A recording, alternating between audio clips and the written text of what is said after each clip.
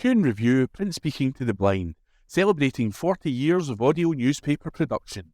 Welcome to this week's edition of the National Podcast, recorded at the Bishop Briggs Media Centre by our amazing volunteers. You can get in touch with us via Facebook, Twitter or Instagram using @KuhnReview, that is @CuendReview.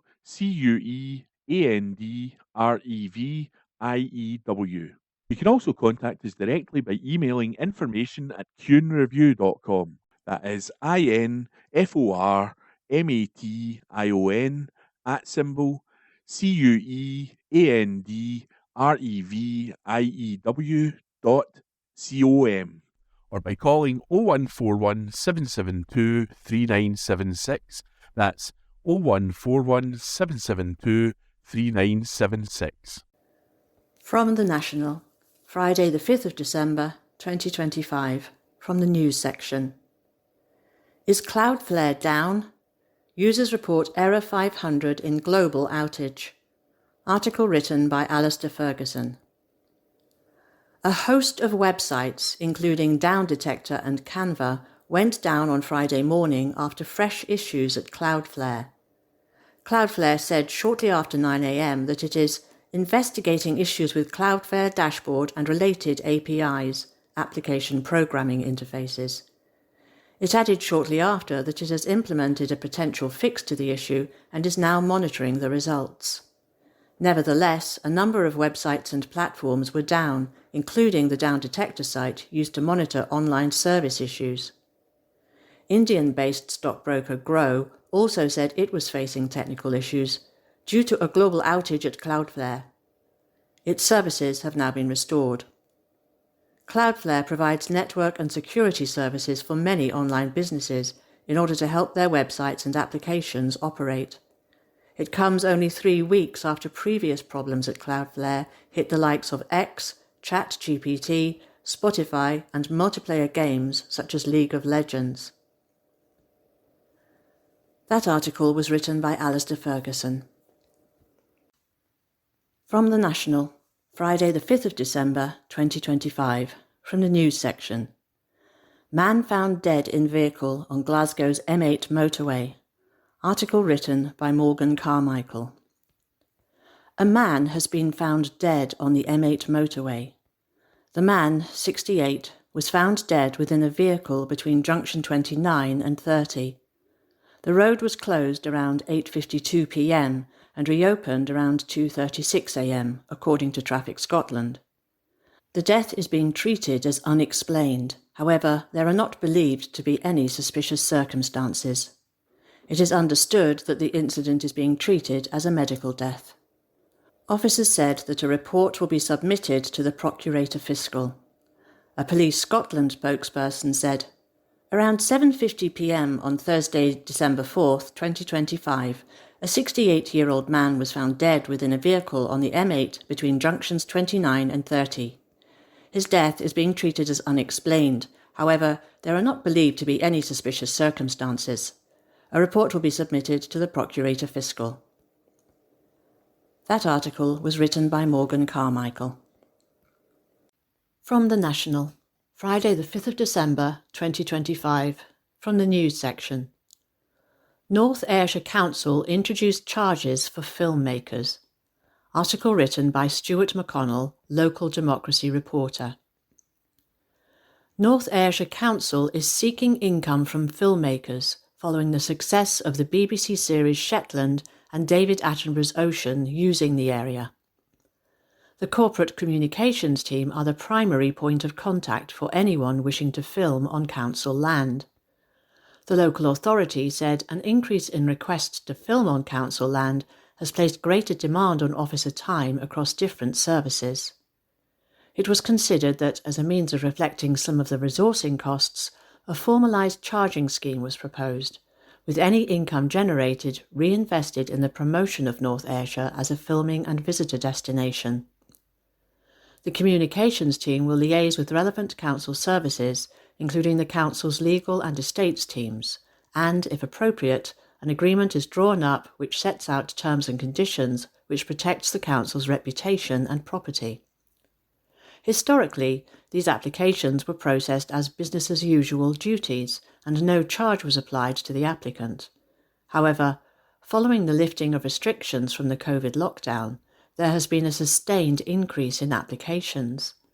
This has implications for officer time not only in the communications team, but also for colleagues in departments such as legal, roads and estates. Any application to film on council land requires the filmmaker to apply for and receive a filming agreement. The corporate communications team is the first point of contact and accepts and processes filming requests from a range of background for film productions. It is now considered appropriate to formalise a charging regime to reflect an element of the work and officer time involved. To help inform this work, a benchmarking exercise was undertaken to understand how other local authorities across Scotland deliver this service. The audit revealed that there was no standard national rate, and the application of the charges varied from authority to authority. As larger film productions take more time to process due to legal negotiation, checking locations before and after for any impact on council property, and the potential for temporary traffic restriction orders, etc., it was proposed that North Ayrshire Council introduces a sliding scale of costs for a filming agreement, based on the size of the production. While currently the grant permission to film is via a filming agreement, we propose that the name be changed to a filming permit as part of the formalisation of the process. The proposed charging scheme for a filming permit on North Ayrshire Council land would be crew of 1 to 4, £100, crew of 5 to 9, £250, crew of 10 to 14, £500, crew of 15 and over from £750. The charging scheme would be subject to change. During 2024 to 25, the communications team piloted a scheme to charge for processing filming agreements. The rates were nominally set at £100 for small-scale productions and £250 for larger-scale productions. A number of filming agreements have been successfully processed, generating a small income from the Democratic Services budget. Introducing these charges did not reduce or negatively impact the number of filming agreements received and processed. The charging scheme would be subject to a 12-month monitoring period to ensure there are no negative impacts. It was further proposed that large-scale productions would be subject to a negotiated fee for hiring of the location. This fee would be agreed depending on the scale, location and duration of the production. This was the case when a film production company hired out land within Eglinton Country Park for a period of 3 months to allow them to build a film set and then subsequently film scenes. The corporate communications team actively promotes North Ayrshire as an outstanding destination, primarily using its Love North Ayrshire social media accounts. The team create engaging content focused on things to do, places to visit and events to attend, highlighting the best that North Ayrshire and its islands has to offer. The team are also developing a promotional campaign to market North Ayrshire as an attractive and welcoming place for filmmakers, showcasing its outstanding natural beauty, rich culture and history, and wealth of sporting and recreational opportunities. Initial discussions have been held with Screen Scotland and Visit Scotland to ensure they are aware of the facilities and locations on offer and can provide specialist advice and support in this area. Using the small levels of income generated from filming permits would enhance these promotional activities, allowing the content to be pushed out to a wider and more diverse audience base, which, in turn, could positively impact the number of visitors we attract to North Ayrshire. The Cabinet agreed to introduce the filming charges. That article was written by Stuart McConnell and read to you by Elizabeth. From The National, Friday the 5th of December 2025, from the Culture section. Protecting Our Culture in the Age of Streaming and AI. Article written by Simon Thumeyer. As anticipation builds for the MG Alba Scots Trad Music Awards this weekend, and as Scotland's Indigenous languages receive official status in law, it feels like an important moment to reflect on the crucial role musicians, composers and artists play at the heart of Scotland's culture. In an age where AI can generate melodies and lyrics in seconds, it is essential for all of us to recognise the irreplaceable value of human creativity and what makes Scotland's musicians, composers, singers and art workers different. We don't just make music, we breathe life into it.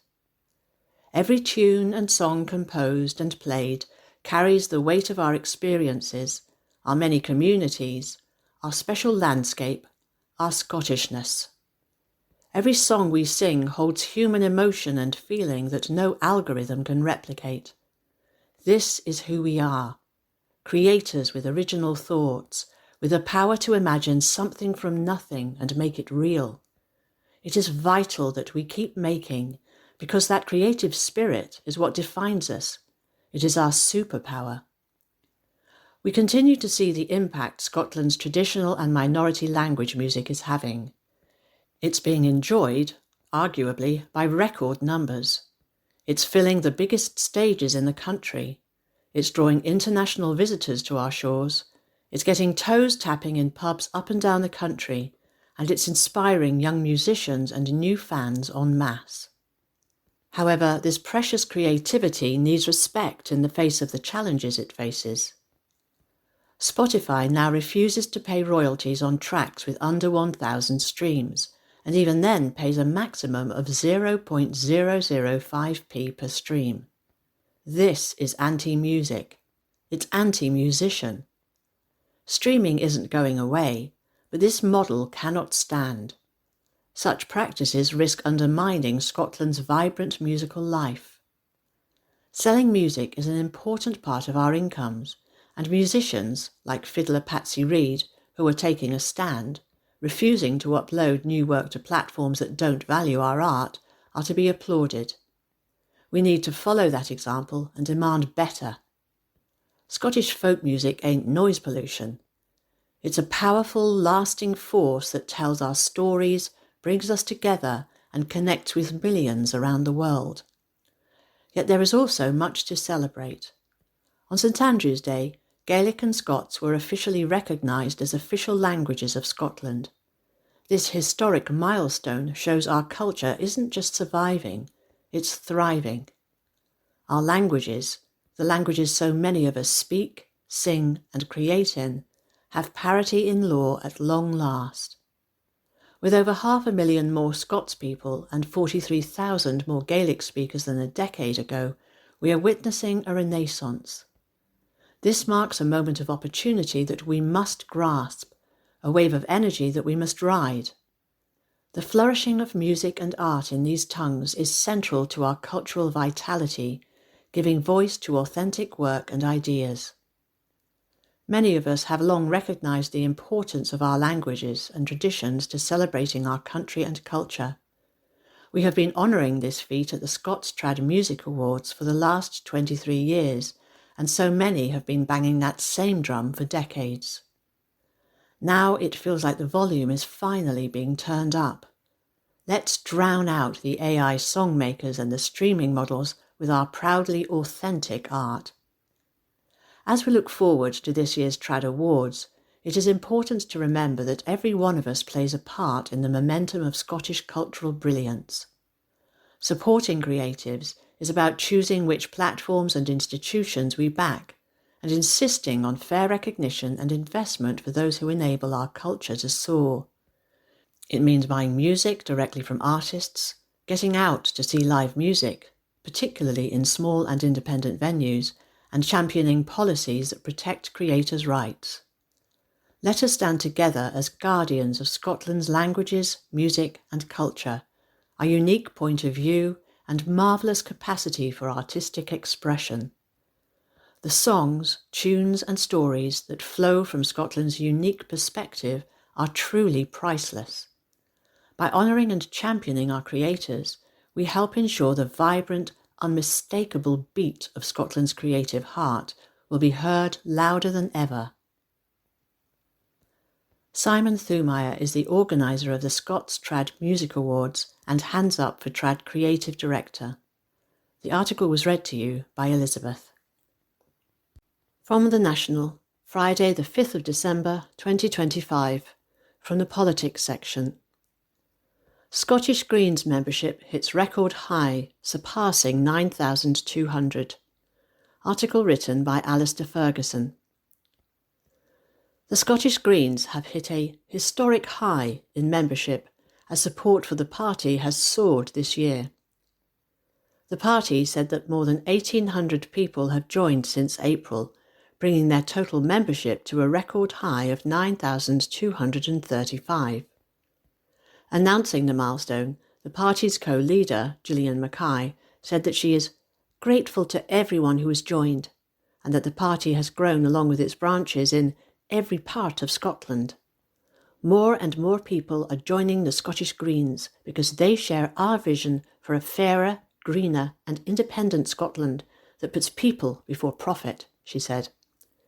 Every new member is another voice for our climate and for ordinary people and families who are being harmed by a rigged system. We know that Scotland can do so much better than this. It is only the Scottish Greens who are prepared to offer the bold solutions that we need if we are to cut the cost of living and tackle the climate crisis. The latest figures represent an uptick in membership, with the party surpassing its record of 9,150 members following the aftermath of the 2014 independence referendum. It comes as the Green Party of England and Wales, GPEW, said it had doubled its own membership to 140,000 since Zach Polanski became leader earlier in September. Mackay said there is a growing desire for change, which has contributed to a surge in membership since both she and Gros Greer were elected as co-leaders of the party in August. Scotland faces a crucial choice next May. Labour has failed to deliver the change it promised, Mackay said. They have implemented cruel cuts against disabled people and armed Israel's genocide against Gaza while mimicking reform with racist anti-migrant policies. She added, there is a growing desire for change in Scotland, and we are the only party with the plans to deliver it.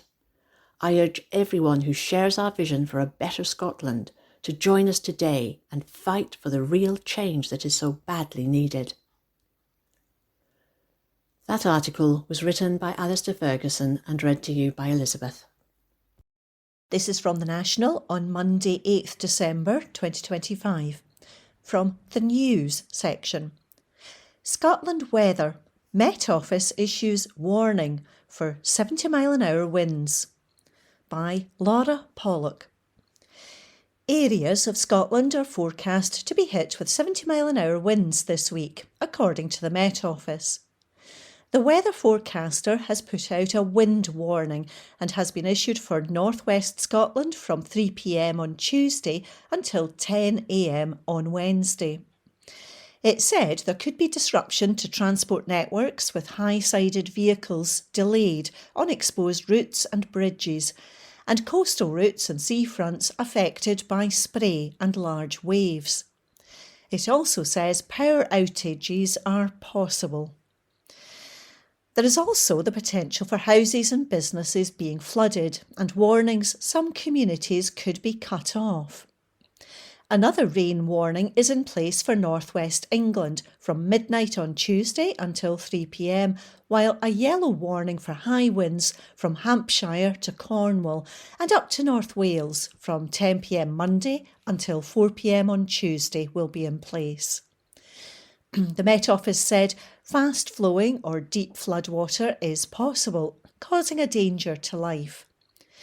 The latest advisories follow a yellow warning for heavy rain for Northern Ireland on Sunday, due to end at 3 p.m.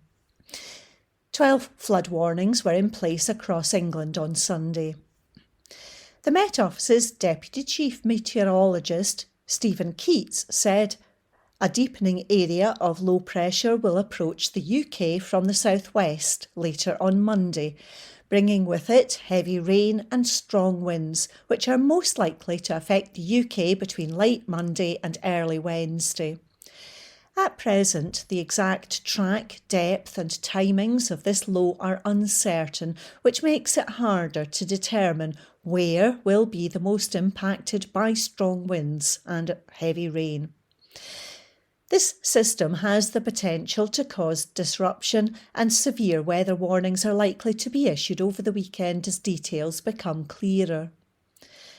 The Met Office forecast for the rest of December remains unsettled, with further periods of low pressure predicted.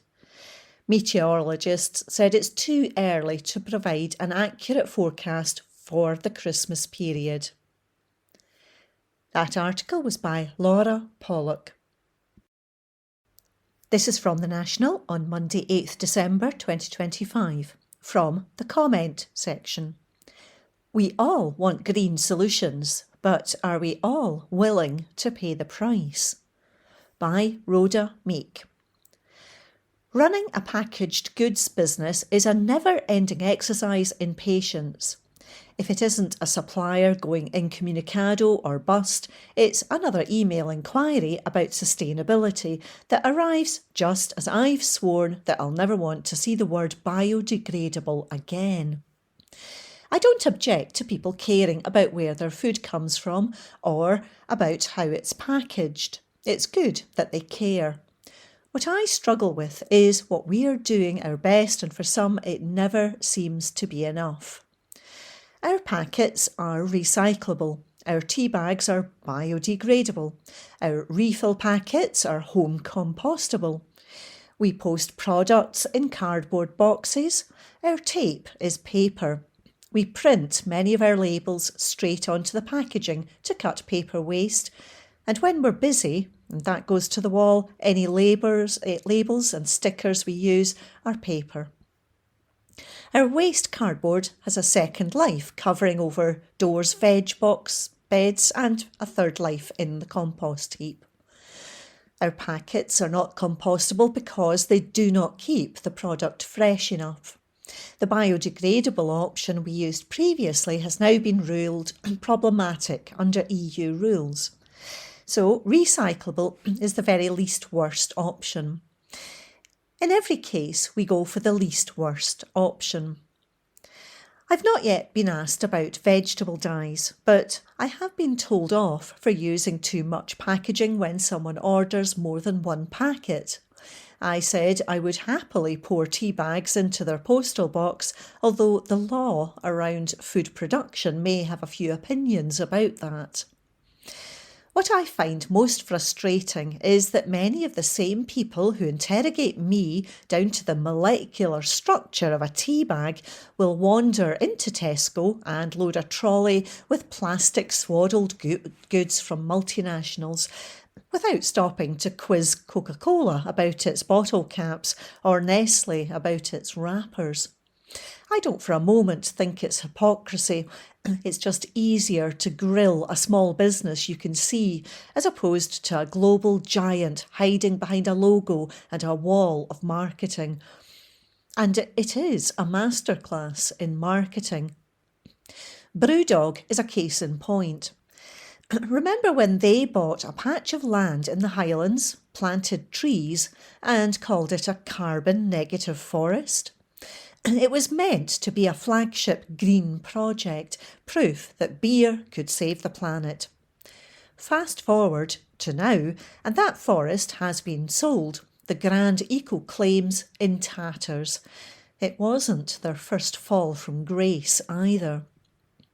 Brewdog is a brand built on boldness and ethics that found itself accused of treating staff badly, sticking eco-slogans on projects that collapsed, and dodging accountability when the details did not match the hype. Brewdog is hardly alone. Greenwashing has become its own business model. Coca-Cola, repeatedly named the world's #1 plastic polluter, produces an eye-watering number of plastic bottles each year, while talking about collecting them all back by 2030. In the real world, a depressing number end up incinerated, landfilled or shipped abroad. Nestle announced grand plans for 100% recyclable or reusable packaging by 2025. Critics point out the company has not reduced plastic production in any meaningful way, and it is still churning out billions of sachets and wrappers that cannot be recycled anywhere. The pattern is familiar. Big promises with little follow through. A World Benchmarking Alliance report looked at more than 800 major companies and found fewer than 1 in 10 had clear targets to reduce plastic. Most offered ambitions with no timelines or plans. Scale matters. A small number of companies drive a huge share of global emissions. They could move the dial the other way, but they don't. The tactics range from sneaky to cynical. Misleading labels are everywhere. H&M's Conscious collection was found by one watchdog to contain false or exaggerated sustainability claims in the overwhelming majority of cases. Symbolic gestures pop up again and again. Starbucks rolled out a strawless lid that, at launch, used more plastic than the old lid and straw combo, sold as progress because it was technically recyclable. In practice, fewer than 1 in 10 plastics are recycled worldwide. Then there is outright deception. The Volkswagen's Dieselgate with software fitted to cheat emissions tests. Even the darlings have skeletons in the cupboard. IKEA, praised as a sustainability leader, was linked to illegal logging in Ukraine, with the certification scheme meant to safeguard forests accused of rubber stamping bad practice. Shine was fined in Italy for sustainability messaging that was vague, overly emphatic, and contradicted by its own emissions rising. Major banks trumpet green investment while funneling billions into fossil fuels. All the while, supermarkets stack the shelves with excess packaging. Recent assessments put UK supermarket plastic in the hundreds of thousands of tonnes a year. Think tens of thousands of lorry loads. Yet you will struggle to find a customer challenging a supermarket packaging team with the same zeal reserved for their local soap maker or tea producer. Meanwhile, small businesses live in a different world. Most of us believe it matters to tackle the climate emergency. At the same time, 2/3 of small firms say that finding alternatives that actually work is the biggest challenge, and more than half worry about cost. That definitely rings true for me. I have spent longer than I care to admit researching packaging, hunting for boxes that fit products perfectly to avoid extra cardboard, and filling out forms for retailers about every material we use. I want to do more, but I also worry that what we do now still isn't quite right. Compostable film can be great in theory, yet many versions only break down in industrial facilities, not in a garden heap. Paper looks good and sometimes is good, yet once you factor in energy and water, it can be worse. The clever next-generation materials, algae films, mushroom-based packaging and plant starch blends show promise, but they are expensive and hard to source in volume. Even so, small businesses are where a lot of the real-world changes start. Independents normalise reusable shopping bags. Independents tested compostable mailers. Independents stripped out the silly layers of packaging no one needed. In surveys, the vast majority of small business owners say they do it because it's the right thing to do, even when it costs more. That isn't a slogan. When you run a tiny operation, your customers see through the spin in 5 seconds flat. Which brings me back to consumers. When people say they want sustainability, I believe them. The trouble is that what people say and what people do often drift apart. Behavioural studies show we lean on surface cues. The biggest one is the paper good, plastic bad reflex. If you add a cardboard sleeve to a plastic tray, people will perceive it as greener, even if it creates more waste. Stick conscious on fast fashion and it will sell, even if the production model has not changed.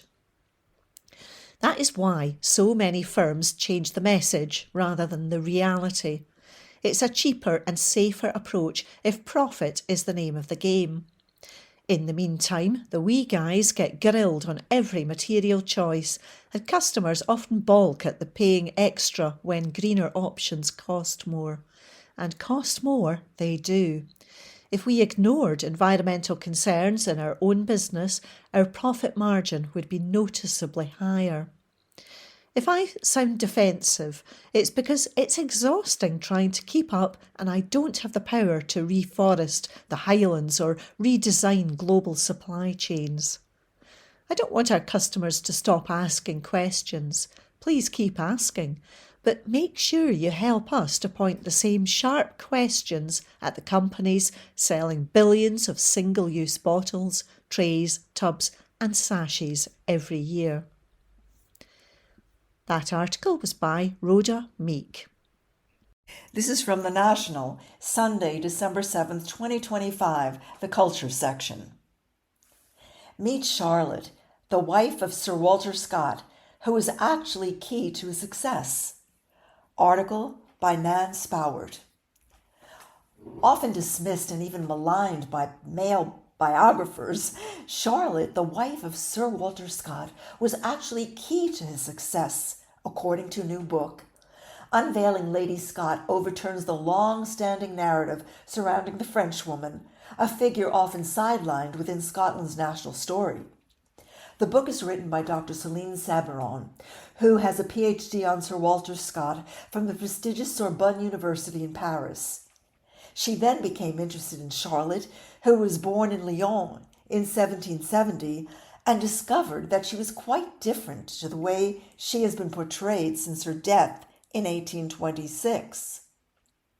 Her interest piqued. Dr. Sabaron began researching previously unearthed archival materials from France and Scotland in order to complete an evidence-based reconstruction of Lady Scott's life, identity, and role within Walter Scott's household and early literary production. The result exposes how some Victorian and late biographers, writing through a male-dominated and often anti-French lens, shaped a distorted picture of Lady Scott, one that minimized her presence, questioned her origins, and erased her role in Scott's early literary work. By returning to primary documents, the book aims to restore Charlotte's agency as a cultural mediator, a practical collaborator, and a key figure in the Franco-Scottish network surrounding Scott's family. It offers not only a historical correction, but a richer, more inclusive perspective on one of Scotland's foundational literary households. What I found was that she was not this ignorant country woman, a kind of peasant, as she was described, Dr. Sabaron told The National. Far from being a provincial peasant, Charlotte Charpentier was actually the daughter of the owner of a famous riding school, the Lyon Royal Academy of Equitation, that attracted noblemen from all over Europe. As well as riding lessons, the school provided education in languages, music, and other academic and cultural subjects. However, as it was a royal academy, its fortunes declined as the French people turned against their royal family. So Charlotte and her brother were sent to friends in London to improve their financial prospects. Here Charlotte was under the protection of a prominent Irish lord, Arthur Hill, who was evidently stripped of all honours for opposing the union of Great Britain and Ireland in 1880. It meant she was constantly navigating bridges between cultures as well as between the social status of rich and poor before marrying Scott and settling down in the borderlands between England and Scotland. Scott met his future wife while on a visit to the Lake District, and they married shortly after, first living in Edinburgh, then moving to the Scottish borders, where her French style greatly influenced the interior and the cuisine of their home, Abbotsford House. She also greatly influenced Scott's writing, not only serving as an inspiration for some of the characters and plot lines, but as his key copywriter and proofreader. This later led her critics to infer that she took no interest in his published writings. But, as Dr. Sabron points out, this was because she already had an intimate knowledge of them. As well as English, she must have grasped a fair knowledge of Scots, as the language peppers the famous novels and was also widely spoken in the borders at the time. Yet because her English was spoken with a French accent and wasn't perfect, she was later dismissed as being uneducated. Lady Scott was relegated to the sidelines, viewed as merely anecdotal, a minor character lost in the family's collective dynamic, said Dr. Sabron.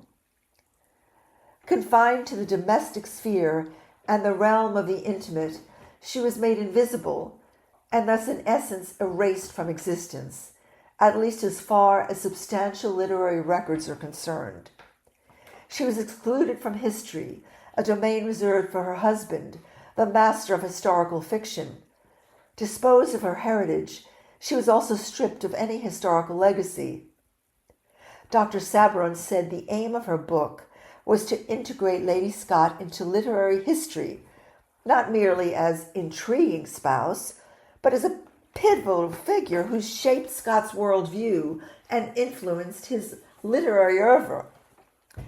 As was often the case with the wives of great men, her role extended beyond the typical narrative that confined women to blissful domesticity and perpetuated the romantic myth of the man of letters as a solitary genius, said Dr. Sabron. In truth, she inspired him and actively assisted him in his literary endeavors, acting as his secretary, copyist, and proofreader. She was one of Scott's key assistants, serving as a bridge between his social networks and literary coterie. Charlotte was omnipresent in his work, though between the lines, serving as her husband's main source of inspiration, his creative catalyst, and the driver of his imagination. As time went on, Scott drew more and more from his wife's journey north, a journey undertaken by many of his characters. In addition to traveling northward, the typical Scott hero is an orphan going through adventures, reflecting the theme of resilience and personal growth inspired by Charlotte's early upbringing, said Dr. Sabron. Charlotte's physical appearance and character are also often represented through the pairs of contrasting female protagonists that feature in Scott's novels. Her role as first reader and literary confidant was acknowledged by Scott as his wife's health began to fail her. It withers my heart to recollect that I can hardly hope again to see confidence and counsel from that ear to which all might be safely confided, he feared. As her death drew close, he reflected, I wonder how I shall do with the large portion of thoughts which were hers for 30 years. On the day after Charlotte's death, Scott said, I am deprived of the sharer of my thoughts and counsels.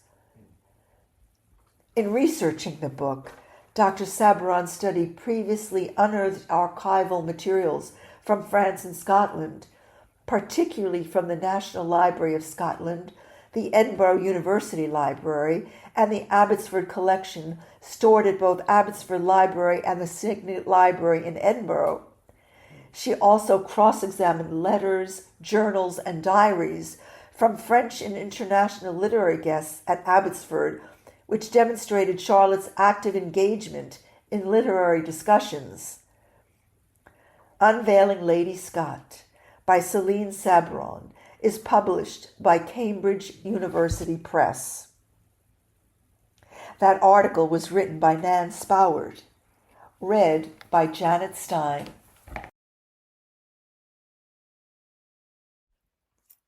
This is from The National, Saturday, December 6, 2025, the Culture section.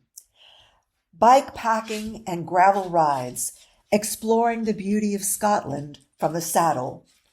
Article by Nan Spoward. Searching for a cleaner in the hope of finding bin bags at a cold Scottish bus station in the middle of the night was not record-breaking cyclist Marcus Stitt's finest moment. However, the driver of the express bus from Glasgow to Edinburgh was insisting he could only take Stitt's bike if it was covered up and in bin bags, seemed the only solution at the time. Fortunately, the public transport's capacity to carry bikes in Scotland has moved on, and routes covered in Stitt's new book can mostly be accessed by train, bus, and even ferry. And while public transport in Scotland still leaves a lot to be desired, Stitt, who has traveled the world, believes it is far better than in many other countries. I think it's maybe underappreciated, he said. ScotRail has bike spaces on their trains. You can take the Highland Explorer from Glasgow to Oban, and you can fit any kind of bike on there. Ember, the electric bus service, has also opened up a few more routes, and we've got the ferries. They might not run some of the time, but overall, the stuff is there. The weather is another part of Scottish life that Stitt feels is underappreciated. His claim to fame is cycling 34,000 kilometers unsupported around the world on a single-speed mountain bike. Having braved all weathers on his epic year-long trip, it made him appreciate the climate of Scotland, which has now been his home for 16 years. We moan about the weather over here, but it is actually really good because there are no extremes, said Stitt. We don't have sweltering heat up to 40 degrees in the summer, and neither do we have extreme winters. I love countries like Norway, but from October to May, you can't do much because it is covered in snow. In Scotland, the scenery is very varied too, and the access rights are great. I would go as far as putting Scotland really high up in terms of good destinations in the world to ride bicycles. The new book showcases gravel rides featuring Loch Lomond and the Trossachs, and follows his recent book on 15 of the best gravel bike rides in the Cairngorms National Park, Perthshire, and the Angus Glens. For the uninitiated, gravel bikes are a cross between a road bike and a mountain bike, and are considered to be one of the best ways to explore the beauty of Scotland. Suitable both for novice cyclists and the more experienced, gravel bikes are sturdier than road bikes and can be used on and off-road, but are not as cumbersome as mountain bikes. They'll keep their grip on gravel, rough tracks, and slippery roads, and have plenty of gears to take some of the effort out of cycling uphill. Bike packing gear can be loaded on for those who want to go deep into the wilds, and as they can be used off-road far away from traffic, they are perfect for exploring parts of Scotland that would only otherwise be accessible by a long and arduous hike. For Stitt, the new book is like coming in full circle. The founder of Bikepacking Scotland, he has worked in many corners of the country designing bikepacking and gravel routes, but it was by the banks of Loch Lomond in 2006 that he embarked on his first big cycling adventure. It was before the terms bikepacking and gravel riding were coined, and it was the journey that made me fall in love with Scotland, he said. The new book contains 16 routes suited to gravel and mountain bikes, which have inspired his riding in the area over the years. The routes have been carefully selected to provide a wide mix of terrain suitable for everyone, from beginners to seasoned bikepackers. They also highlight some places not ordinarily found in a guidebook. Each route description gives the grade of difficulty and distance and includes information about points of interest. It also includes the ascent, the highest point, percentage of off-road start-finish locations with Ordnance Survey grid reference and GPS coordinates, terrain information, nearest bike-friendly public transportation hubs, and their distance from the start, finish, and car parks. Where applicable, there are recommendations about where to eat and stay overnight, as well as bike shops and bike hire options. Developing bike trails and writing guidebooks about cycling was not an obvious career choice for German-born Stitz, who only learned to ride a bike when he was 6 years old, a late age by German standards, apparently. It turned out to be one of the few activities he enjoyed, so he kept up sporadically, finally setting up home in Edinburgh, partly because of the world-class mountain bike trails in Scotland. Stitz hopes his books will encourage others to discover the joys of cycling. I see the guidebook as something for people who live in Scotland and get an inspiration about what they could do in their own area, but it is also to give people visiting Scotland ideas of where they could go, he said. If I can inspire a few people to jump on their bikes, have fun, and probably also have a healthier lifestyle in the long run, I think my mission is done. Gravel Rides Loch Lomond and the Trossachs by Marcus Stitz is available from backpackingscotland.com/books and www.adventurebooks.com VP. That article was written by Nan Spowert, read by Janet Stein.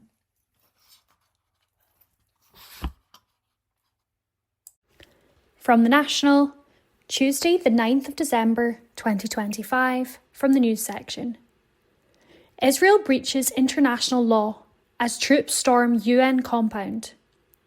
Article written by Xander Eliards. Israel has been accused of blatant disregard for international law after storming a UN building, tearing down the body's flag and replacing it with an Israeli one.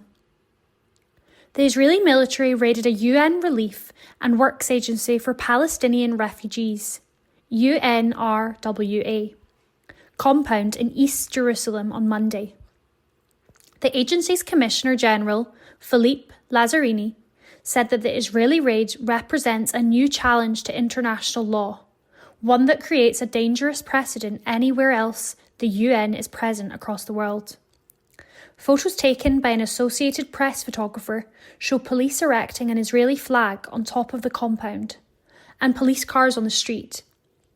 Photos provided by UNRWA staff show a group of Israeli police officers inside the compound.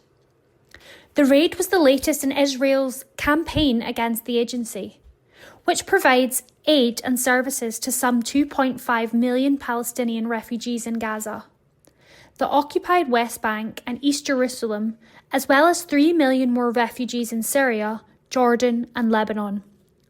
Lazzarini said in a statement, Israeli police accompanied by municipal officials forcibly entered the UNRWA compound in East Jerusalem. Police motorcycles, as well as trucks and forklifts, were brought in and all communications were cut. Furniture, IT equipment and other property was seized. The UN flag was pulled down and replaced with an Israeli flag. This latest action represents a blatant disregard of Israel's obligation as a United Nations member state to protect and respect the inviolability of UN premises.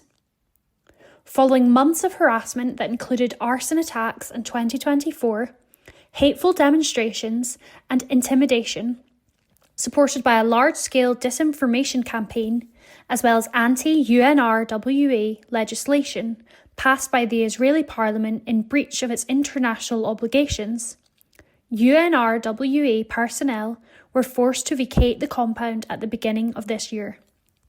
The agency shut down its Jerusalem compound in May after far-right protesters, including at least one member of the Israeli parliament, overran its gate in the presence of the police. Israel's far right has pushed to turn the compound into a settlement. Lazzarini added, "Whatever action taken domestically, the compound retains its status as a UN premises, immune from any form of interference." Antonio Guterres, the UN Secretary-General, also strongly condemned Israel's action. "I strongly condemn today's unauthorised entry into the UN Sheikh Jarrah compound held by UNWRA in occupied East Jerusalem by Israeli authorities," he said on social media. "This compound is inviolable and immune from any other form of interference.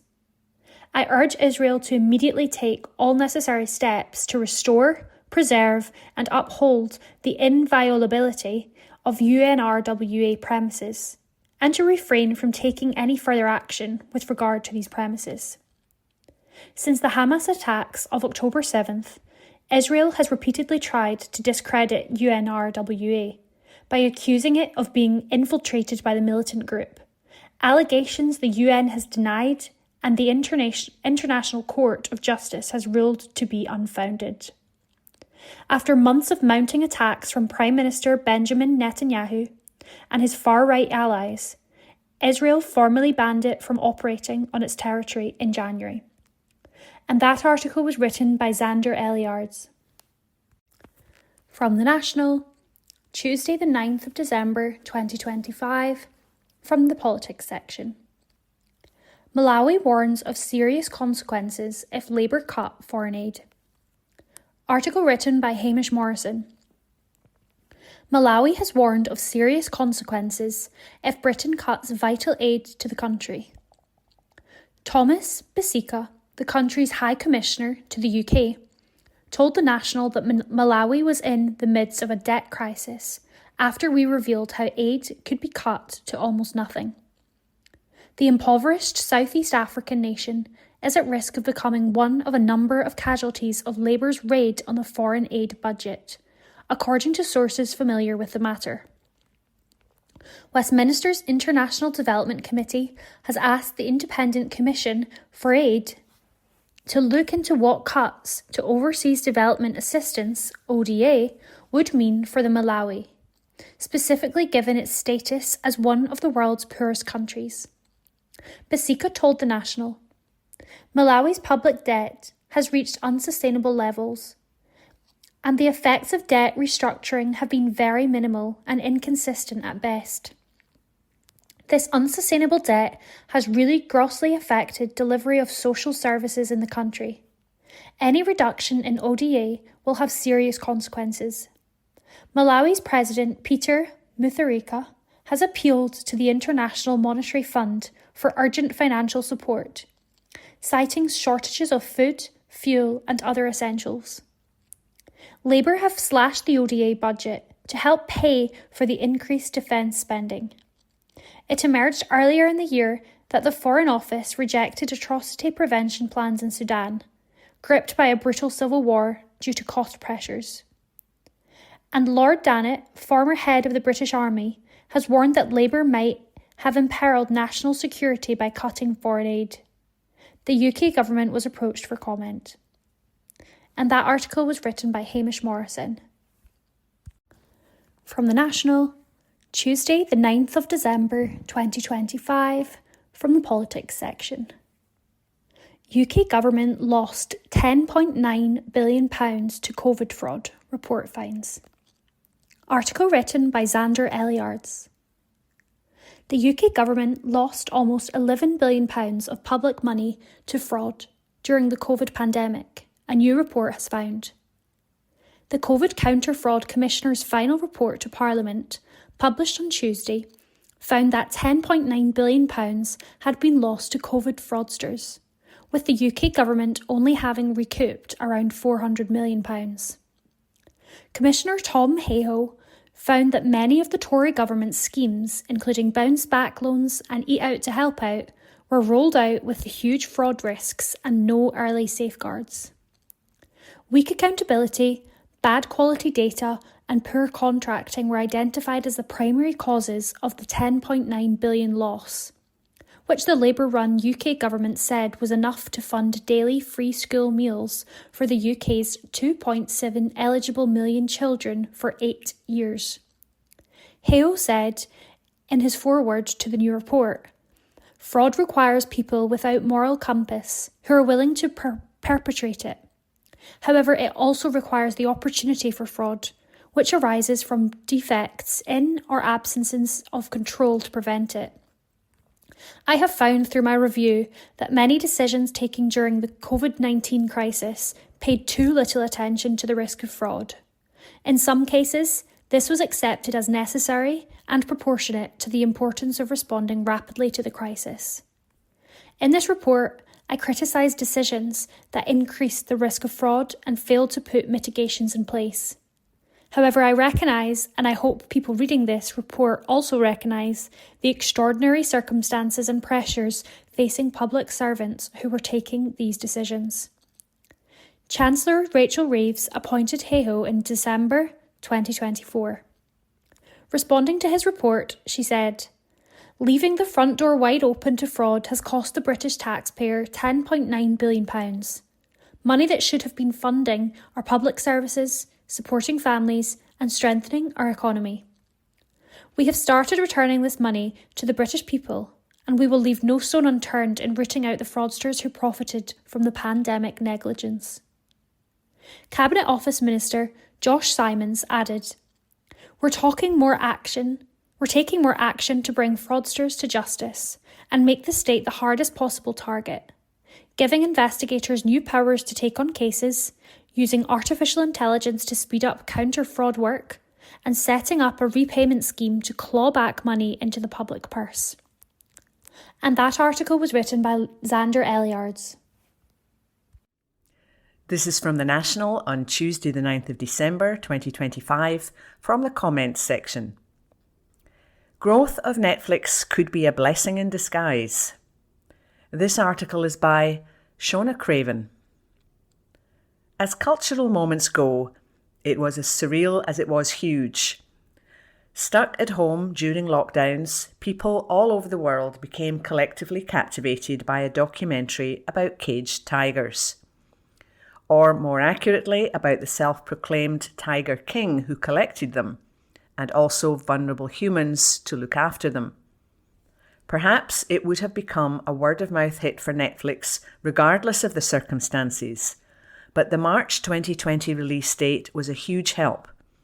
With real-life water coolers out of bounds, chatter about the show exploded online. Netflix has had plenty of success since, notably with the surprise global sensation Squid Game and this year's Adolescence. But most of its biggest releases have targeted a specific demographic, such as women, Bridgerton, or young people, Stranger Things and Wednesday. True must-watch shows are now few and far between because every group is watching, or half-watching, something different, with diminishing attention spans shaping what is being produced. In a thoroughly depressing turn, show creators are being told their productions are not second screen enough, i.e., too demanding for viewers to follow while simultaneously looking at their phones. This is especially frustrating given that a combined 6 million viewers, mostly non-Korean speaking, managed to enjoy the 3 subtitled series of Squid Game, the last of which was released in June. The news that Netflix had struck a deal to buy Warner Brothers last week sent shockwaves through the entertainment industry, with US President Donald Trump suggesting there could be a problem with the deal given the size of the company it would create. Yesterday's news that rival Paramount had made a hostile takeover bid going directly to shareholders of Warner Bros. Discovery with a superior financial offer, further complicates the picture, not least because of the ties between Trump and Paramount Chairman and CEO David Ellison. The implications of either deal are uncertain, with fears of significant job losses whatever the outcome.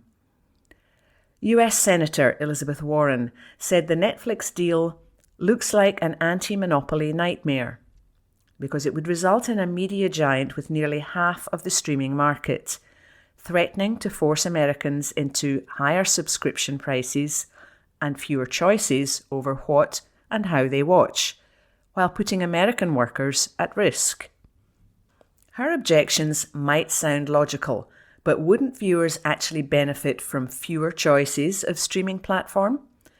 Wouldn't a duopoly best serve audiences? In one online discussion about the proposed deal, a poster tried to explain to others why monopolies are bad.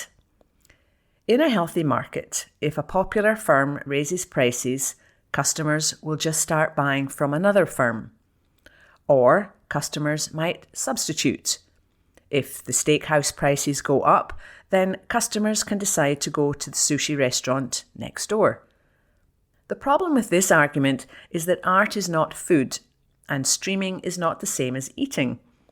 To be truly analogous, the person who fancies a steak for dinner would not simply go to the restaurant and pay for the meal. They'd have to buy the subscription to the restaurant and commit to either eating steak for dinner every night or fork out, for another subscription just to cover the days, perhaps far fewer, on which they fancied sushi instead. To achieve a balanced diet, they'd need to take out a subscription with several more restaurants, in the knowledge that they would be getting very poor value from each one. The proliferation of streaming platforms means we have more choice than ever before of what to consume, but gourmet options are few and far between.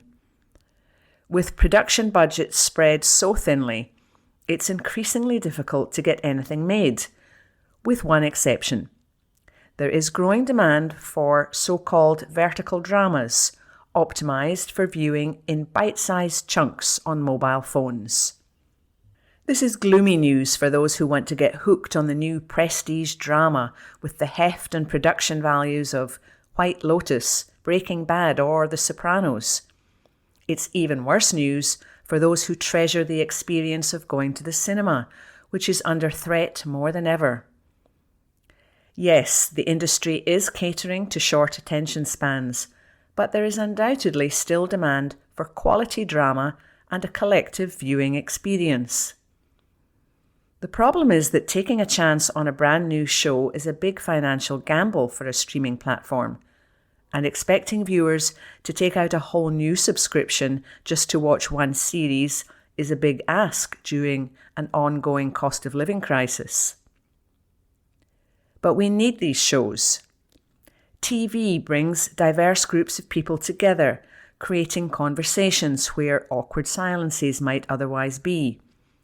TV that, like all great art, enhances our understanding of the world and helps develop our empathy for people who are different from ourselves. These shows aren't just a different way to pass a few hours on the sofa. They help shape who we are. Without them, the world would be a much poorer place.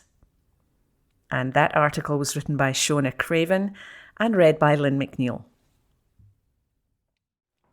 This is from The National on Tuesday, 2nd December 2025, from the Culture section. Scottish councils to be given greater flexibility over tourist tax.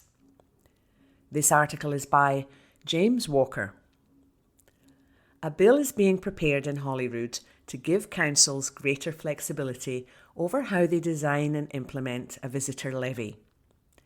The Visitor Levy Scotland Act of 2024 grants councils the power to raise funds for tourist services and facilities by applying a charge on overnight stays based on a percentage of accommodation costs. New proposals will give councils the choice of setting a fixed amount instead. Councils will also be given the option of setting different fixed amounts, such as for different geographical locations, times of year, or types of accommodation. The legislation will also clarify how levies are applied to sales via third parties, such as booking platforms, and the information accommodation providers must share with councils. The bill is intended to be introduced in early 2026. Public Finance Minister Ivan McKee said, "The visitor levy empowers councils by giving them a new way to raise money for investment in tourist services and facilities. Our aim has been to give councils the flexibility to design a levy that works for their areas, while ensuring businesses can easily understand what it means for them." The Act passed last year was an example of partnership working between the Scottish Government, local government and tourism businesses. Through regular discussions with our partners, it became clear that further flexibility would be welcomed. That is why we've decided to legislate next year to ensure local visitor levies work effectively for everyone. And that article was written by James Walker and read by Lynn McNeil. The National News on Wednesday the 10th of December. Clients owed thousands after a 100-year-old law business closes down. An article written by Laura Pollock. Clients of a historic law firm which closed last month say that they're owed thousands of pounds by the business. Brunton Miller Solicitors, which began operating shortly after the First World War after two firms established in the 1880s amalgamated, announced that it ceased to practice in early November. The business, specialising in conveyancing, family and estate law, had offices in Glasgow and in Helensburgh. Following the closure on the 3rd of November, the Law Society of Scotland said that it had already been contacted by a significant number of clients, and they expected this number to rise. Head of Interventions, Fiona Watson, was appointed as a judicial factor, which is an officer of the court appointed in complex or difficult cases where a problem has been identified. Now, two clients have spoken to STV News, sharing that a month on they are owed thousands and cases have been left unresolved. Walter Johnston, a property developer and a commercial landlord, had been a client of Brunton Miller for nearly 20 years, using the firm for both personal and business legal matters. But his most recent bill, £9,500 for work on a civil case, was later ruled excessive by Accountancy in Bankruptcy, Scotland's insolvency service. They assessed that the charge should have been £2,810. That revised amount was paid directly to Brunton Miller by the business Mr. Johnston had been pursuing. Mr. Johnston now believes that the firm has effectively been paid twice for the same work, and that he's owed the £9,500 he personally paid. Despite Accountancy in Bankruptcy's ruling and his attempts to raise the issue with the Law Society before the firm was shut down, he has still not received a refund. After £2,810 was charged to the trustee and the money was sent to Brunton Miller, the firm didn't tell me about this outcome, Mr. Johnston said. When I brought it up with the solicitor, he offered to give me £2,810 back, but I wanted £5,500 because the Accountancy in Bankruptcy said that I had been overcharged. I've still not received any of the money back. Brunton Miller had been handling Alistair Greer's mother's estate since her death in 2010, but 15 years on, it still has not been finalised. 8 years after she died, Mr. Greer was informed by a solicitor that his mother had held shares in Shell and the technology company Equinity worth around £8,000, which were subject to a 40% tax charge.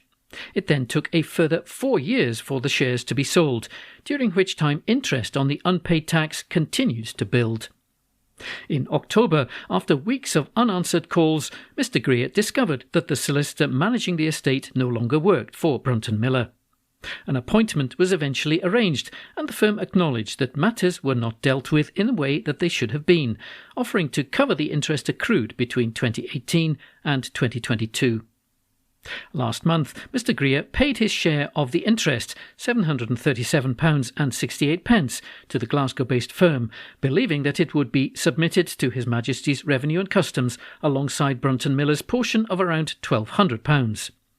But the firm has since closed without notice, leaving him unsure whether the tax has been paid or whether the estate has been brought any closer to completion. Mr Greer told STV News, "I've been left completely in the dark." An article written by Laura Pollock. The National Politics on Wednesday the 10th of December. Former SNP councillor completes his defection to Reform UK. An article written by Xander Elliotts. A former SNP councillor has fully defected to Reform UK. John Cox, who represents Banff District on Aberdeenshire Council, joined Nigel Farage's right-wing party in January of this year, but remained sitting as an independent. He's now officially confirmed that he will represent Reform UK on the North East Local Authority.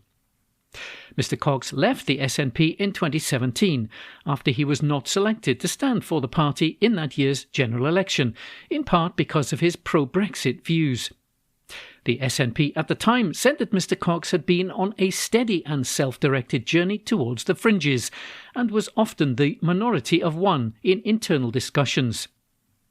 Mr Cox said that his election campaign had been blocked because he didn't stick to SNP policy, that I was not an effective campaigner and that I had missed some meetings of the group. Now he said that the timing is right to join Reform as a councillor, not just a lay member. Politics has become far too personal and none of that helps the communities we serve, he said. What people want to hear is how we're going to fix the real crises in the economy, health, education, manufacturing, fishing, agriculture, roads and housing. Having been associated with Reform, I've seen fresh thinking and a willingness to challenge old assumptions about how we address these issues. The mainstream parties have had more than 20 years to deliver solutions and restore trust, but the problems have only deepened. Mr Cox's defection means that Reform UK now has 6 councillors in Aberdeenshire. Reform said on social media, "Welcome aboard, Councillor John Cox. Reform UK has all the momentum in Scottish politics." An article written by Xander Elliotts. The National News on Wednesday the 10th of December. Harrison Ford bungles the name of the whisky that he's promoting in a fun new advert. An article written by The Joker.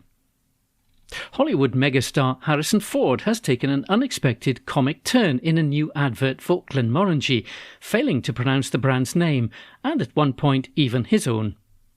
The Indiana Jones actor's latest advert for the Highland Distillery north of Tain sees the 83-year-old attempt to deliver a smooth line about Glenmorangie, only to be undone by the Gaelic-inspired tongue twister.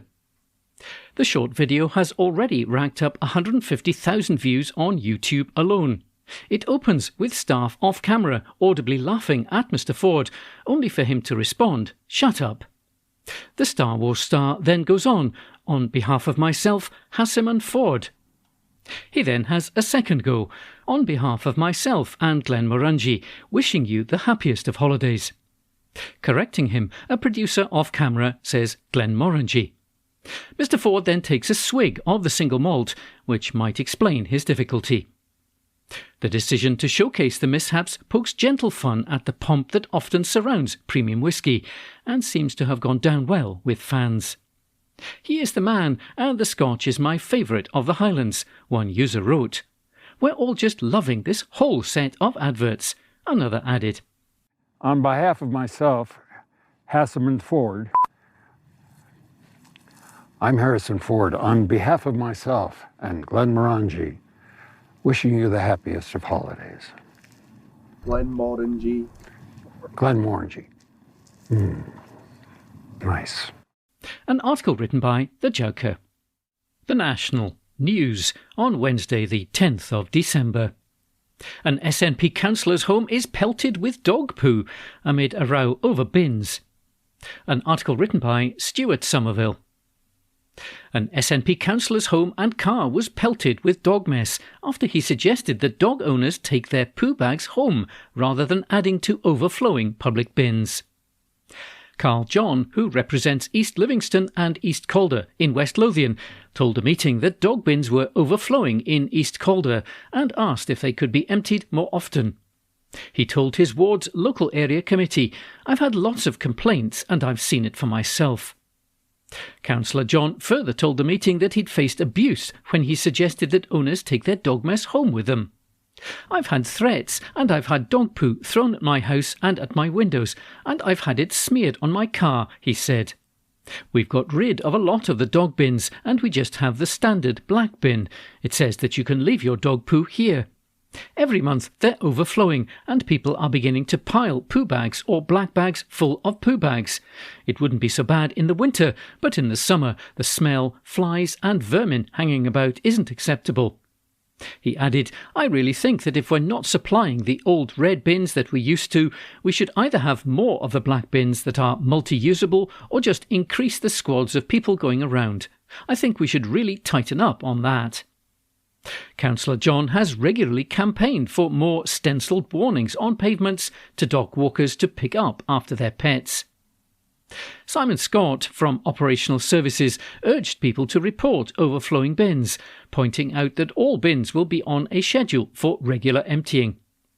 "The thing to do is, if there's a particular bin overflowing, is just to report it, as it may be an issue with a delay in getting around the schedule or not on schedule. Maybe we could look at reviewing the schedule," he said. Regarding the provision of more dog bins, he said that a finite level of investment governed how many bins could be installed. An article written by Stuart Somerville.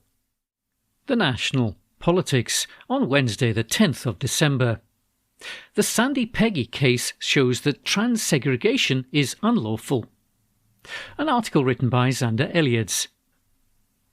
The Sandy Peggy tribunal ruling has shown that the blanket exclusion of trans people from single-sex facilities is generally unlawful, and the SNP government must step in to stop it happening across Scotland, a senior MSP has said.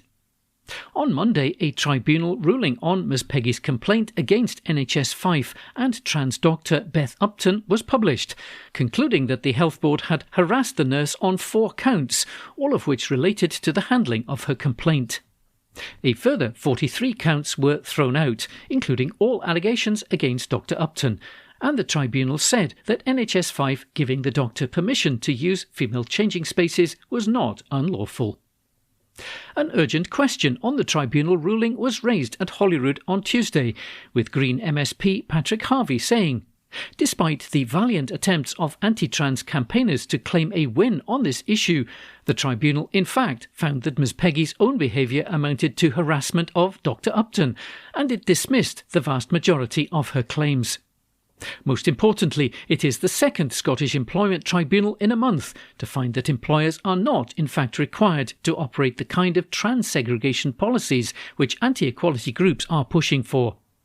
So, does the Scottish Government agree that the blanket exclusion of trans people from facilities that they need at work is generally unlawful, and will it therefore make clear to all public bodies in Scotland that segregation of trans people is not supported in law and that their human rights will be defended against the current onslaught? The Health Secretary Neil Gray responded, "We're still working through and will consider carefully the tribunal ruling and its implication, not just for the health service, but for the wider public bodies as employers, and ensuring that our health system is based on the core values of care, compassion, openness, honesty, integrity and respect for everyone, irrespective of their individual identities. There are 4 areas that were upheld by the tribunal which need to be taken seriously, and I'll be corresponding with NHS Fife in order to hear how they intend to respond to those." The Equality Network said in an analysis of the case published on Tuesday that there had been another important Scottish Employment Tribunal judgment last week, in the case of Maria Kelly versus Leonardo. It went on, Ms Kelly had claimed that allowing trans women to use the women's toilets at her work amounted to direct and indirect discrimination against her, and also harassment. The tribunal dismissed all her claims. It noted that there were single-occupancy toilets nearby that Ms Kelly could use if she did not want to go to the women's toilets when a trans woman might be in there. The Equality Network added, "For now, these cases confirm that the Supreme Court ruling in April this year, in the case of For Women Scotland versus Scottish Ministers, does not require a blanket ban of trans people from the services, facilities and toilets that they use in line with their gender." This also suggests that anti-trans or gender-critical campaigners and many in the media, as well as some pushing in Parliament, have been incorrectly and harmfully misstating the law in this area. One of the 4 points in which the tribunal did rule in Ms Peggy's favour was that the NHS 5 board should have found a temporary solution after her complaint, so that she and Dr Upton would not have to use the changing room at the same time. Speaking at Holyrood, Scottish Labour's Deputy Leader Jackie Baillie said, "The ruling in the Sandy Peggy case leaves significant questions for both NHS 5 and the Scottish Government to answer. Now, the Scottish Government has written to health boards in early September about the Supreme Court judgment, but leaves it as a matter for individual boards to consider, following their own legal advice. Can I ask the Cabinet Secretary, surely we should have one consistent approach across Scotland, where the legal advice for boards is the same, where a woman does not need to first complain to have her employer follow the law, or is it the case that the Scottish Government expects individual frontline staff to be their own experts on human rights law?" Mr Gray responded, "The Scottish Government accepts the Supreme Court ruling. We accept that judgment. We're taking forward the detailed work that is necessary as a consequence. The group that has been established and convened by the Permanent Secretary has been actively considering the implications of the judgment across every key area of government, and as a result of this work, action has already been taken, including updated guidance for the Gender Representation on Public Boards Scotland Act of 2018, and amendments to the public appointments recruitment process for regulated public bodies through which the Act is applied. So action has been taken. Tory MSP Murdo Fraser called for Carol Potter, the Chief Executive of NHS 5, to be fired. He said, "Carol Potter, as Chief Executive of NHS 5, has lost the confidence of the people of Fife. She does not deserve to continue in that role, and she should not be allowed to retire next year on a healthy pension. Will the Health Secretary now sack her and remove her from a job that she is not fit to do?" Mr Gray said, "The tribunal is still to remedy. The parties involved still have 14 days to appeal the decision. I do note that 4 of the 47 claims were upheld, and it's important that serious consideration is given by NHS 5 to those 4 areas of the 47 that were upheld. I'll be corresponding with NHS 5 in order to hear their response to how they will respond to those claims being upheld." An article written by Xander Elliots. The National News on Wednesday the 10th of December. A United States teen is arrested after a malicious bomb hoax was made to a Scottish school. An article written by Alistair Ferguson. A teenager in the United States has been arrested by police in connection with a bomb hoax made to a school in Scotland.